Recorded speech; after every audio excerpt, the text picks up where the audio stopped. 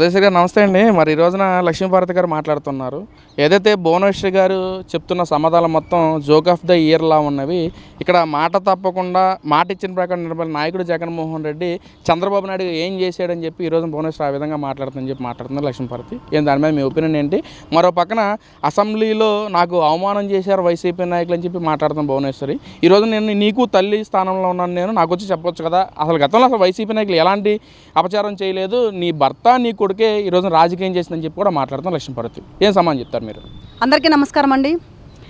ఈరోజు ఏదైతే లక్ష్మీ పార్వతి నీ తల్లి లాంటి దాన్ని అమ్మ అంటుంది కదా, మరి ఆ రోజు ఏం చేసిందండి అంటే ఒక మాట పడ్డ ఆవిడ వచ్చి అమ్మ బొమ్మ నువ్వే ఉన్నావు, నువ్వే తోపు, నువ్వే తురుము, నువ్వైతే జగన్మోహన్ రెడ్డిని జైల్లో పెట్టగలవు, మెడలు ఉంచగలవు, ఆడు తల నరికేయగలవు, ఆడు చేతులు నరికేయగలవు, మాట్లాడిన నాలికి కోసేయగలవు అని నీకు వచ్చి చెప్పుకోవాలా? నువ్వు వస్తే ఆ పనులు చేస్తావా?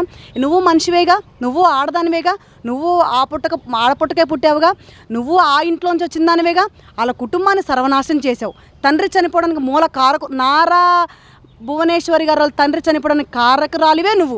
ఈరోజు ఆ ఇంటికి పెద్ద దిక్కు లేకుండా చేసిన దుర్మార్గురాలివే నువ్వు కదా.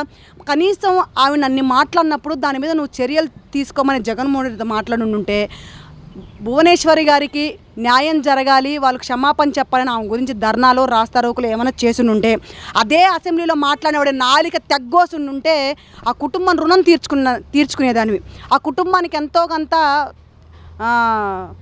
ఏమంటారు నీ పాపంలో సగం కడుక్కునేదానివి. కానీ ఆ రోజు ఎక్కిల్ నువ్వు కూడా నవ్వావు. ఈరోజు ఎందుకమ్మా పిచ్చి మాటలు కారు మాటలు మాట్లాడుతూ ఉన్నావు? అందితే జుట్టు అందకపోతే కాళ్ళ.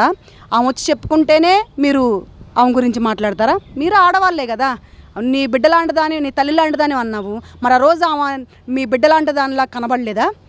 మీరు ఆ ఇంట్లో నుంచి వచ్చారుగా. నీకు నిజంగా ఇంటి మీద ప్రేమ ఉండుంటే, నిజంగా మీరు ఎన్టీఆర్ గారిని నిజంగా ప్రేమించి ఉండుంటే, మరి ఆయన బిడ్డలే నీ బిడ్డలు కదా.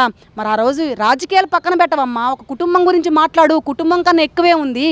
కుటుంబం కన్నా నీకు రాజకీయాలు ఇంపార్టెంటా, జగన్మోహన్ రెడ్డి ఇంపార్టెంటా? జగన్మోహన్ రెడ్డి కొంపలో ఉండొచ్చావా, ఎన్టీఆర్ గారి కొంపలో ఉండొచ్చావా నువ్వు? కాబట్టి జగన్మోహన్ రెడ్డి గారిని పక్కన పెట్టుకొని నువ్వు ఆ రోజు కూడా ఎక్కిల్లో ఉన్న పరిస్థితి. మంచిగా అన్నారు అని సంకలు గుర్తుకున్న పరిస్థితి నువ్వు ఆనాడు.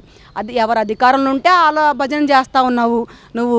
కాబట్టి ఇలాంటి మాటలు మాట్లాడినా వినడానికి ఎవరు సిద్ధంగా లేరని తెలియజేస్తాను. గతంలో వైసీపీ నాయకులు నిజంగా భువనేశ్వర్ గారిని అవమానించుంటే అసెంబ్లీ సాక్షిగా, మరి ఈ రోజున ప్రభుత్వం ఉన్నది మీరే కదా, ఆ రికార్డులు మొత్తం మీ దగ్గర ఉంటాయి కదా, ముందు తీసుకొచ్చి ప్రూఫ్స్ మొత్తం తీసుకురండి అని చెప్పి మాట్లాడుతుంది లక్ష్మీభారతి. కళ్ళు దొబ్బినాయి అండి వీళ్ళకేమన్నా?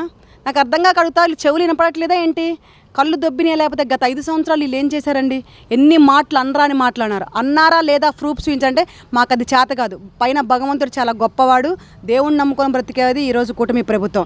కాబట్టి ఎవ్వడికి ఏ టైంలో ఏది జరగాలో భగవంతుడు నిర్ణయిస్తాడు. మీకులాగా రౌడీ రాజకీయాలు, మీకులాగా రాజారెడ్డి రాజ్యాంగాలు, మీకులాగా పోలీసు వ్యవస్థను పక్కన పెట్టుకొని మీ పైచాచిక ఆనందం కోసం ఒకరిని కొడతా ఉంటే వీడియో కాల్లో ఎక్కిల్ నవ్వుకోవడం, ఒకరిని అతమారుస్తూ ఉంటే చంపేస్తూ ఉంటే వీడియో కాల్లో ఆనందించడాలు మాకు అవి చేత కాదు. మా తెలుగుదేశం పార్టీ బ్లడ్లో లేదు అది. కాబట్టి మీరు ఎన్ని తప్పుడు కూతలు కూసినా ఈరోజు చట్టం ఎవరు చుట్టమో కాదు, ప్రతి ఒక్కరిని శిక్ష అనుభవించాల్సిందే. ఈరోజు ఏదో అధికారంలో మేము ఉన్నాం కదా, మా కుటుంబ సభ్యులను ఇబ్బంది పెట్టారు, మా కుటుంబ సభ్యులు అనరాని మాటలన్నారు అని వాళ్ళని ఏదో చేయాలని చూసి అంత దుర్మార్గులం అయితే మేము కాదు, మాకంత అవసరం కూడా లేదు. దేవుడు చాలా గొప్పవాడు. ఎవడైతే ఏ మాటలు మాట్లాడాడో ప్రతిదీ కూడా భగవంతుడు శిక్షిస్తాడు. ఈరోజు లా అండ్ ఆర్డర్ సరిగ్గా పనిచేస్తుంది, పోలీస్ వ్యవస్థ సరిగ్గా పనిచేస్తుంది. మీకులాగా జగన్మోహన్ రెడ్డి ఒక 10 కిలోమీటర్లు వేస్తే 100 మంది పోలీసులు బందోబస్తుకు వచ్చే నాయకుడు మా నాయకుడు కాదు. ఈరోజు నారా చంద్రబాబు నాయుడు వస్తుంది, కనీసం 10 మంది పోలీసులు కూడా ఉండరు. పోలీసు వ్యవస్థ ఈరోజు పోలీసు వ్యవస్థగా పనిచేయాలి, ప్రజలకు రక్షణ కల్పించాలనే రీతిలో ఈరోజు పనిచేస్తూ ఉంది. కాబట్టి మీరు ఏమి మాట్లాడినా ఆంధ్ర రాష్ట్ర ప్రజలు సిద్ధంగా లేరని తెలియజేస్తా ఉన్నాను.